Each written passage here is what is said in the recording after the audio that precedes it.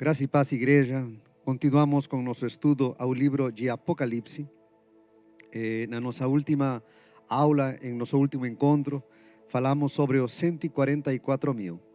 E antes de ler o texto de hoje, gostaria de fazer mais uma vez uma recapitulação. Então, com os selos do Apocalipse, nós estamos em aquilo que as pessoas chamam o princípio das dores. E os 144 mil são os representantes do povo de Deus que se aprestam, que estão prontos para entrar na fase decisiva da história. Nesse caso, a apertura do último selo e, portanto, o início das 7 trombetas e dos 7 cálices da ira do Senhor. Aquilo que tem a partir do 7º selo em diante é um progresso constante de julgamentos divinos para a terra, especificamente para a civilização conhecida, pois, em Apocalipse como a Grande Babilônia. E no meio desta saga, desta odisseia, desta história da salvação, aparece um grande capítulo de Apocalipse que é um texto difícil de interpretar.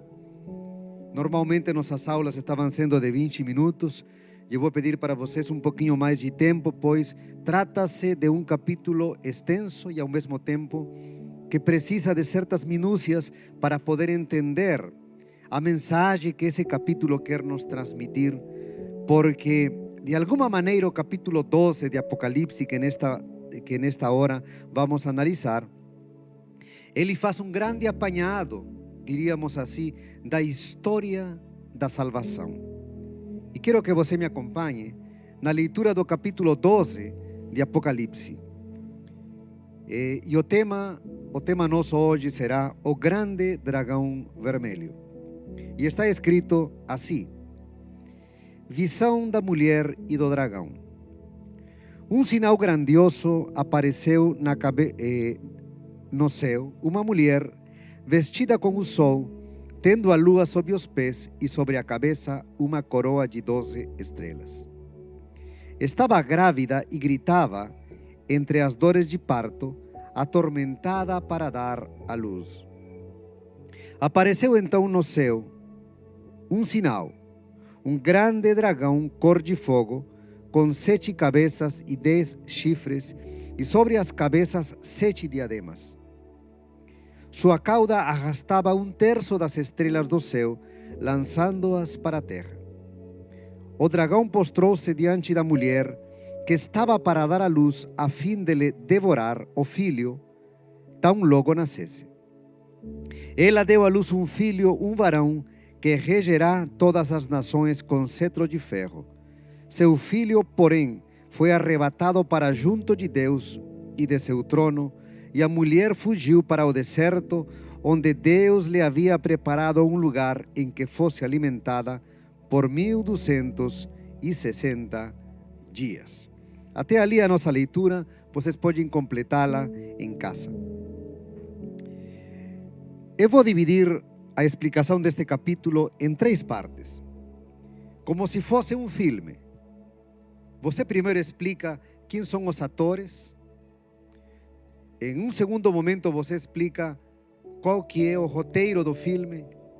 E em um terceiro momento você explica aquilo que o filme te transmite.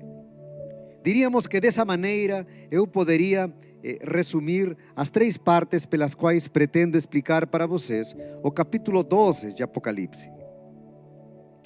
Veja que a primeira coisa que temos que decifrar, quem são os atores deste drama celestial. Quem são os atores desta, diríamos assim, odisseia espiritual? E são 4 basicamente os atores ao longo do capítulo 12 de Apocalipse. Em primeiro lugar, uma mulher, como diz a palavra, um sinal no céu. Uma mulher vestida com o sol, tendo a lua sob os pés e sobre a cabeça uma coroa de 12 estrelas. Primeiro é a mulher. Em segundo lugar, um grande dragão vermelho. O texto aqui diz cor de fogo na minha versão. O terceiro ator seria o filho da mulher, o filho que o dragão quer devorar. E por último, lá no final do capítulo, nós temos a outra descendência da mulher. Então temos estas quatro, diríamos, figuras que aparecem no capítulo 12. Eu quero começar por aquelas que são mais fáceis de decifrar. Algumas o próprio texto já explica. Por exemplo, o grande dragão vermelho. O capítulo 12, versículo 9, ele diz o seguinte: e foi expulso o grande dragão, a antiga serpente, chamado Diabo e Satanás, sedutor de toda a terra habitada. O próprio texto já explica quem é aquele grande dragão vermelho. E veja que a Bíblia, ela, se você presta atenção nela, ela se autoexplica. Muitos especulam que o dragão vermelho, em alguma época diziam, é Rússia, é a União Soviética, perdão. Outros no tempo moderno dizem, bom, o grande dragão vermelho é a Europa. Outros dizem, é a China. Mas vamos pelo mais fácil. O texto está explicando aqui que o grande dragão vermelho é nada mais e nada menos do que Satanás, o diabo, o sedutor de toda a terra habitada. Enquanto ao filho da mulher, não é difícil decifrar quem ele é. O próprio texto indica que esse ser esperado, esse ser é o Messias. Finalmente, está a outra descendência da mulher. Dentro da interpretação que estamos fazendo deste capítulo, a outra descendência da mulher seria a igreja. É uma interpretação um pouco polêmica, mas depois eu vou justificá-la. Mas o grande dilema do capítulo 12 é saber quem é a mulher. Quem é esta mulher? Aliás, ela é a chave interpretativa deste capítulo. E não apenas do capítulo, mas também do Apocalipse. Especialmente nesta época tão dramática que fala sobre a perseguição da igreja, nestes tempos de tribulação. Bom, há várias interpretações, basicamente três. E eu quero que você entenda de que quando você lida com Apocalipse, você lida com várias opiniões, muitas delas conflitantes uma com a outra. A primeira interpretação é aquela que procede do mundo católico romano. Ela diz que Maria é esta mulher. E se vocês vão à iconografia, aquelas representações em pinturas e em esculturas no mundo religioso da Igreja Católica, vão ver muitas vezes a Maria pintada conforme está aqui escrito no capítulo 12, versículo 1, vestida de sol com a lua aos pés e sobre a cabeça uma coroa de 2 estrelas. Muitos intérpretes católicos acreditam que é Maria. E por que acreditam que é Maria? Simples. Porque segundo o capítulo 12, versículo 5, ela é a mãe do Messias. E assim que o mundo, diríamos, católico e os intérpretes e estudiosos da Bíblia católicos entendem que esta mulher é Maria, a mãe do Messias. Mas veja que esta interpretação, ela tem um problema. E o problema está basicamente no versículo 2, porque diz que ela estava grávida e gritava com dores de parto, atormentada para dar à luz. Quando você estuda um pouquinho a teologia católica, ela ensina que ao respeito do nascimento virginal de Cristo, Maria não teve dores de parto. Porque as dores de parto eram um símbolo da natureza caída do ser humano, e como Maria é imaculada, ela não teve dores de parto no momento de dar à luz o Messias.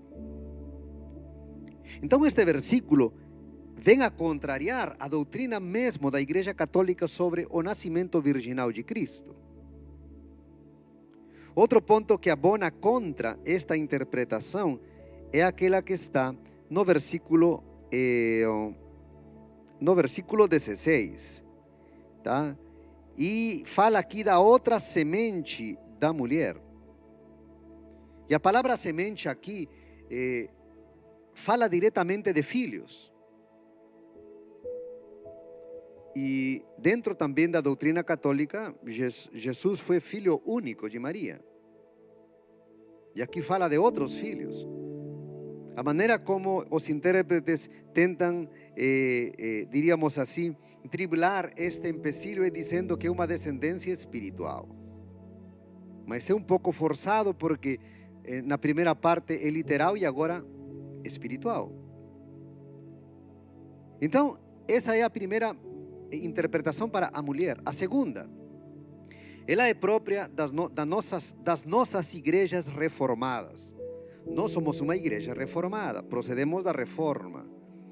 E ela diz que esta mulher, não digo que todos os reformados opinam isso, mas na grande maioria foi assim. Ao longo da história das igrejas reformadas, dizem que esta mulher é a igreja. E veja que essa interpretação ela é interessante, porque se é a igreja, significa que ela está sendo perseguida. Portanto, há uma mensagem de consolação e de esperança muito grande se a igreja for. Mas qual que é o problema desta interpretação? O problema é que no texto a mulher é a mãe do Messias. E peraí, o Messias não nasceu da igreja. O Messias não procede da igreja. Como disse o teólogo Jürgen Mühlmann e um famoso também escritor, se eu não estou errado, da igreja metodista, Stanley Jones, a igreja nasce das feridas de Cristo. E Cristo não é aquele que nasce da igreja. Olha, esse ponto de vista desabona essa ideia de que seria a igreja a mulher vestida de sol, com a lua aos pés e coroada com as estrelas, 12 estrelas. E mesmo porque mais adiante fala-se da outra semente da mulher. Quem seria então essa outra semente se a mulher é a igreja? Há uma terceira interpretação. Irmãos, eu estou resumindo as diversas interpretações que há, estou citando apenas as mais importantes. Seria então o povo de Israel. Essa é a terceira interpretação e que eu considero ser a que mais se acomoda ao texto bíblico. Porque que nos faz lembrar esta mulher vestida de sol, com a lua aos pés e 12 estrelas? Lembrem que quando José teve um sonho, ele viu o sol se curvando diante dele, a lua se curvando diante dele e as estrelas se curvando diante dele. É talvez o único registro bíblico onde essas três imagens aparecem associadas. E todas elas representam juntas ao povo de Israel. E esta mulher seria então, pois, portanto, o povo de Israel. E o fato de ser mulher, quando vocês leem o Antigo Testamento, os grandes profetas como Jeremias, como Isaías, profetas como Oseias, como Malaquias, eles descrevem a Israel como uma mulher. Por exemplo, no caso de Jeremias, descreve Israel como uma moça, uma menina que foi criada por alguém, se tornou moça e se tornou esposa de Deus. Então, a mulher aí é descrita como Israel. Idem com Oseias. Deus é visto como um esposo traído pela sua mulher. Zacarias e outros profetas mais tardios, eles falam de Sião como uma mulher, Sião representando o monte de Sião, mas ao mesmo tempo Jerusalém, o povo eleito do Senhor. E quando este dragão se lança contra o povo de Deus, porque essa é a ideia básica aqui é a seguinte: É a luta de Satanás contra o projeto divino na história. Então, de alguma forma, nós estamos aqui já decifrando estas 4 figuras. A mulher seria Israel. E outro ponto que abona a favor de Israel, que quem luta aqui em favor de Israel no capítulo 12 é Miguel. E quem já leu Daniel sabe que a única vez que Miguel aparece escrito pelo nome no Antigo Testamento é no livro de Daniel. E em que circunstâncias Miguel aparece no livro de Daniel? Ele aparece lutando contra o príncipe de Pérsia, numa luta, numa batalha cósmica, numa batalha espiritual. Então, Miguel luta contra o príncipe da Pérsia para defender o povo de Deus. Então, o príncipe de Israel é Miguel. E Miguel é tão vinculado ao povo de Israel que ele é chamado de príncipe do povo de Deus, que, por exemplo, os mormons acham que Miguel é Cristo. Mas veja que aí está Miguel lutando em favor de Israel. É a mesma figura que aparece aqui no capítulo 12.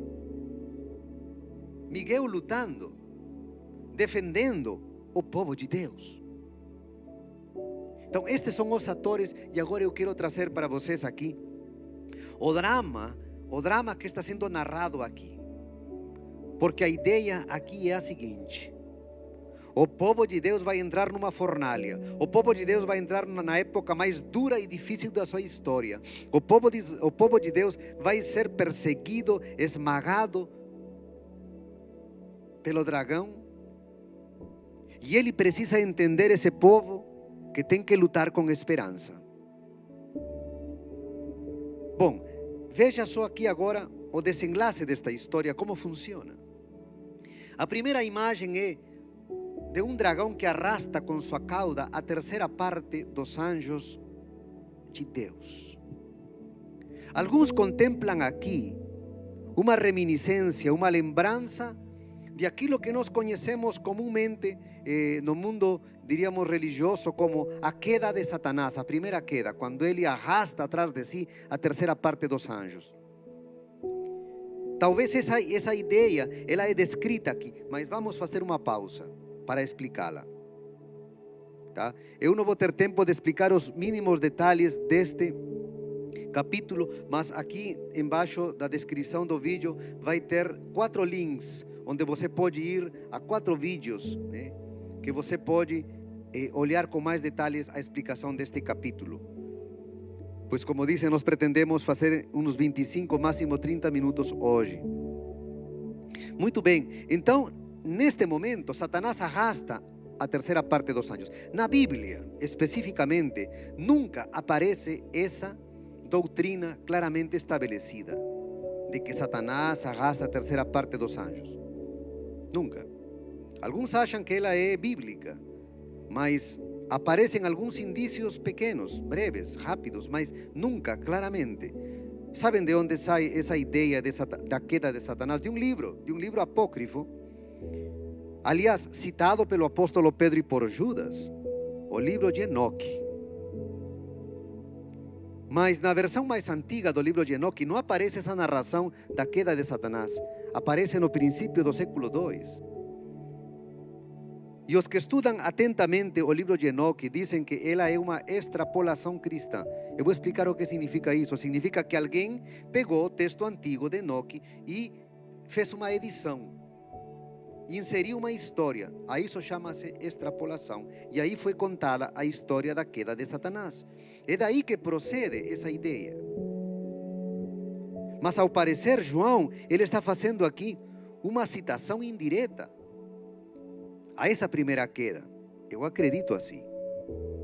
Mesmo que não haja um fundamento no Antigo Testamento para ilustrar essa história, parece que já João defendia pelo menos esse ponto de vista. Satanás, em sua primeira grande luta, arrasta os anjos do Senhor.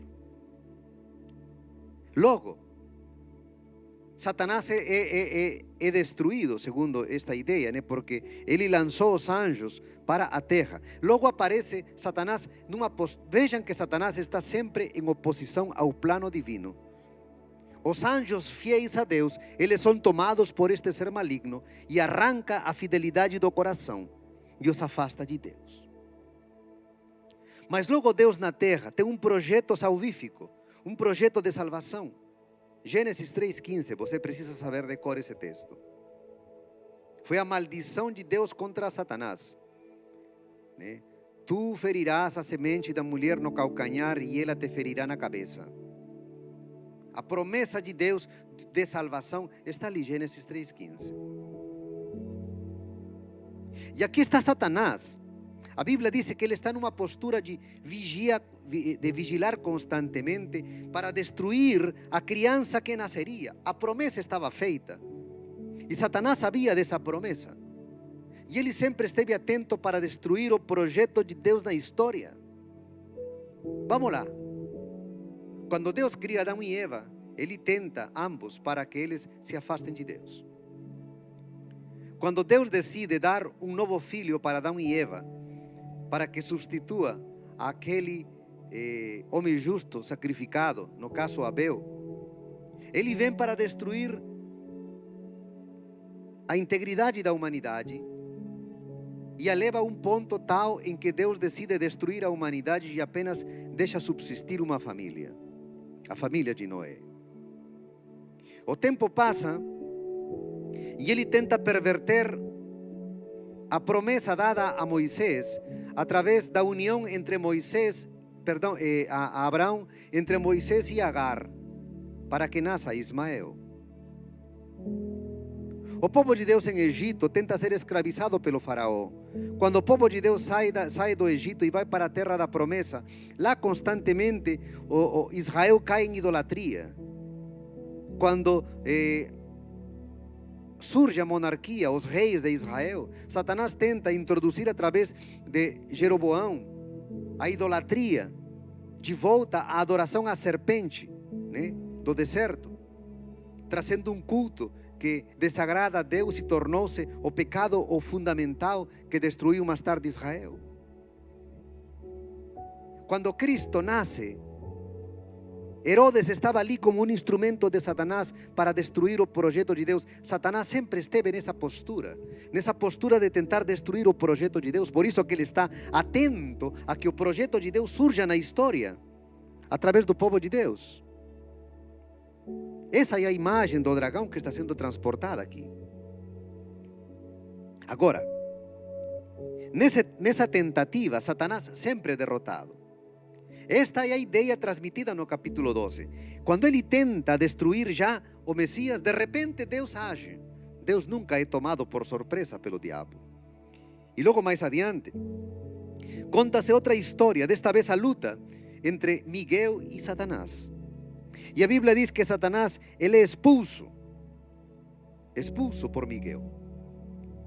Os judeus antigamente acreditavam que o céu estava dividido em duas partes. O céu, que é o lugar da habitação divina, e o céu atmosférico material. E esses dois aspectos do céu estavam subdivididos em 7 céus. Por isso que quando Paulo diz que ele foi arrebatado até o 7º céu, ele estava falando até a mesma presença de Deus. Satanás, quando ele é expulso desse céu onde Deus habita. E apenas ele pode entrar quando Deus requer dele. E a função satânica desse céu onde não mais tem lugar nem herança é a de acusar o povo de Deus. E Miguel luta contra Satanás e o expulsa de seu lugar de comando, que segundo dizem seria o segundo céu, o céu atmosférico, né? E o lança para a terra. Vejam que Satanás, segundo a descrição do apóstolo João, ele está constantemente em queda. Cai da presença de Deus, do lugar de privilégio, cai para o céu atmosférico, mas nem esse lugar ele consegue preservar, porque Miguel o lança ainda mais profundamente, e o texto diz aqui que por último Miguel o lança na terra. E a Bíblia diz: ai de ti, terra, porque Satanás foi lançado à terra con furia y age con furia porque sabe que le resta pouco tempo. Esse é o lamento. Alegra-te, céu. Por que o céu tem que se alegrar? Porque Satanás foi expulso. Mas por que a terra tem que lamentar? Porque o diabo desceu junto de vós, cheio de grande furor, sabendo que lhe resta pouco tempo. Então, vejam só a imagem que está apresentando esta visão. Satanás em constante queda. Em constante queda. E no capítulo 20, se eu não estou errado, tá, versículo 10, está escrito o seguinte: e o diabo que os seduzia foi então lançado no lago de fogo e de enxofre, onde já se achava a besta e o falso profeta. Vejam, a queda de Satanás ainda será mais profunda, segundo João. Não apenas ia cair na terra, mas que ele iria ainda até o próprio poço do inferno. Então o que João está querendo dizer para o povo de Deus perseguido é o seguinte: mesmo que Satanás pareça vitorioso e grande, que ele assuma um poder aparentemente descomensurado na terra, mesmo que ele se levante com essa fúria sem igual, não esqueçam, meus filhos, o seguinte: que isso é apenas um aspecto da queda definitiva em desgraça de Satanás. É o penúltimo passo antes da sua destruição definitiva. Portanto, lutem com esperança. E se somos uma geração que enfrentaremos esses momentos dramáticos da história da salvação, amada igreja, nunca jamais desanime diante dessa fúria diabólica, porque isso significa que é a penúltima instância da profunda e definitiva queda do maligno. Quando C.S. Lewis escreveu um livrinho chamado Cartas do Diabo a seu aprendiz. C.S. Lewis é um famoso escritor que ele escreveu aquelas crônicas de Nárnia. Ele escreveu um livrinho pequeno chamado Cartas do Diabo a seu aprendiz. E a moral da história da Carta do Diabo a seu aprendiz é a seguinte: Satanás está tentando ensinar um diabo menor a tentar e destruir um crente, um cristão. Mas é interessante que quanto mais ele tenta destruí-lo, mais este cristão se apega a Deus. E a moral da história é esta: Satanás tenta, mas nunca consegue. E diríamos que esta é a mesma moral da história do capítulo 12 de Apocalipse. Satanás tenta prevalecer contra o povo de Deus, seja Israel ou seja a igreja, mas ele nunca consegue. Portanto, queridos, quando a fúria de Satanás se levante nos tempos finais, não esmoreçam. Mesmo que pareça a força dele dominar a terra inteira, nunca desanimem. É apenas o último suspiro de aquele que nunca conseguiu prevalecer contra o projeto de Deus na história. E para fechar a ideia deste capítulo, porque vai ser um capítulo fundamental para a última geração de cristãos, quando Deus apresenta o grande dragão, Ele o apresenta como sendo vermelho. E por que dragão? Porque ele é o príncipe do caos, mesmo que ofereça certa ordem para o mundo. E por que vermelho? Porque ele é homicida desde o princípio. Ele é cheio de violência. E por que tem 7 cabeças? Se você ler a Bíblia, você vai encontrar nesta Bíblia 6 reinos que oprimiram e perseguiram o povo de Deus. O primeiro reino qual que é? Egito. Me ajudem aí a lembrar, porque pode que eu esqueça um. O segundo reino é Babilônia. O terceiro reino é a Síria. Tá? O quarto reino é o Império Persa. Lá está no livro de Daniel. O quinto reino é o Império Grego. E o sexto reino é o Império Romano, também descrito no livro de Daniel, na visão que ele tem da estátua. Então, na Bíblia narram-se 6 reinos que se levantam contra o povo de Deus para oprimi-lo e persegui-lo. E o sétimo reino e a sétima cabeça.